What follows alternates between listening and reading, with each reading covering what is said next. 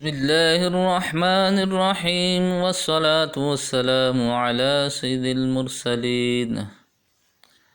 ناظرین محترم، آج انشاءاللہ ہم سورۃ الکافرون کو تجوید کے ساتھ پڑھنے کی کوشش کریں گے، تو آئیے اپنا سبق شروع کرتے ہیں۔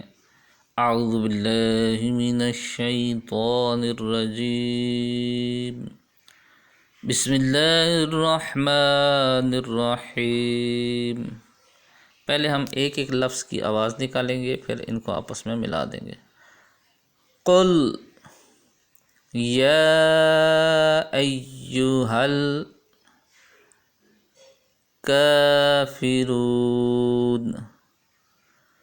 قل یا ایہا الکافرون۔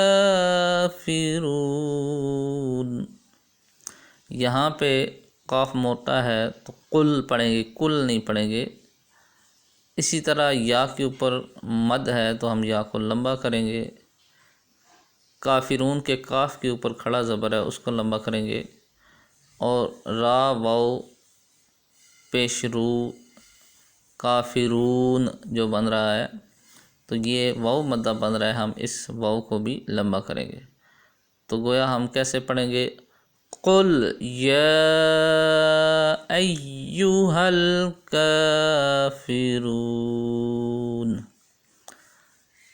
آگے لام کے اوپر پھر ماد آ رہا ہے تو اس کو لمبا کریں گے۔ لا اعبد، اعبد، عین کی آواز کوشش کریں کہ گلے سے نکلے، الف کو عین سے ملائیں گے تو اعبد اس طرح آواز نکلے گی۔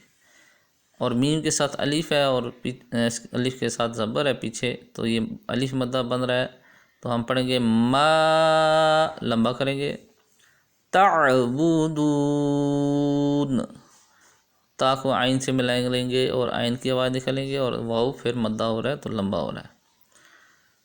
لا اعبد ما تعبدون۔ یہ بات یاد رکھیں کہ حروف مدہ جب آخر میں آتے ہیں تو ویسے حروف مدہ کو ایک الف تک لمبا کرنا ہوتا ہے، یعنی انگلی کو بند کر کے آرام سے کھولیں، اور جتنی دیر یہ انگلی کھلنے میں لگتی ہے اتنی دیر آپ حروف مدہ کو لمبا کریں گے تو یہ ایک الف کی مقدار بنے گا۔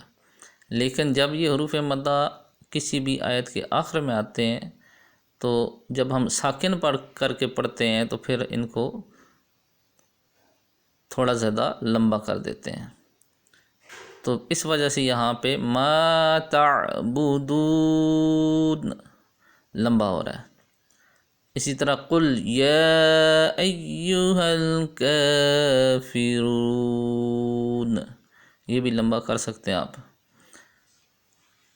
آگے آئیے تیسری آیت پڑھتے ہیں۔ وَلَا أَنْتُمْ، یہاں پہ نون ساکن ہے، تو نون ساکن جب ہو اور اس کے بعد حروف حلقی نہ ہوں تو پھر اس میں اخفا ہوتا ہے، تو اس وجہ سے یہاں پہ ہم نون میں اخفا کر رہے ہیں۔ اخفا کا مطلب ہوتا ہے کہ نون کی آواز کو ناک کے اندر چھپانا ہے، اور غنہ کا مطلب ہوتا ہے کہ نون کی آواز کو ناک میں ظاہر کرنا ہے۔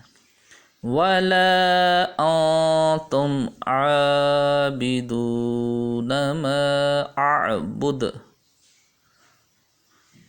وَلَا أَنْتُمْ عَابِدُونَ مَا أَعْبُدُ۔ ایک ایک لفظ کی الگ آواز کو اچھی طرح سمجھ لیں اور پھر سب کو ملا کے پڑھیں۔ وَلَا أَنْتُمْ عَابِدُونَ مَا أَعْبُدُ، اور یہاں پہ مد جہاں جہاں آ رہی ہے اس کا خاص خیال رکھیں۔ آگے پڑھتے ہیں۔ وَلَا أَنَا عَابِدٌ مَا عَبَدتُّمْ، یہاں عابدم میں غنہ ہو رہا ہے کیونکہ یہاں پہ ادغام ہو رہا ہے میم ساکن کے اندر، اور جب میم کے اندر ادغام ہو تو اس کے اندر غنہ ہوتا ہے۔ عابدم ما عبدتم، اور غنہ کا مطلب یہ ہوتا ہے کہ ناک میں آواز کو ظاہر کرنا ہے۔ نون کی آواز کو ناک میں ظاہر کر دیں۔ وَلَا أَنْتُمْ عَابِدُونَ مَا أَعْبُدُ لَكُمْ دِينُكُمْ وَلِيَ دِينِ۔ آئیے اب پوری سورہ کو ایک مرتبہ پڑھتے ہیں، اور اب کی بار ہم آیات کو آپس میں ملا کے پڑھیں گے، یعنی وہ طریقہ ہم سیکھیں گے کہ اگر ہم ملا کے پڑھیں گے تو کیسے پڑھیں گے۔ بسم اللہ الرحمن الرحیم۔ قل یا ایہا الکافرون لا اعبد ما تعبدون ولا انتم عابدون ما اعبد ولا انا عابد ما عبدتم ولا انتم عابدون ما اعبد لكم دينكم ولي دين۔ امید ہے آج کا سبق آپ کو سمجھ آ گیا ہوگا۔ ملیں گے نیکسٹ سبق کے ساتھ۔ اپنا خیال رکھیے گا۔ اللہ حافظ۔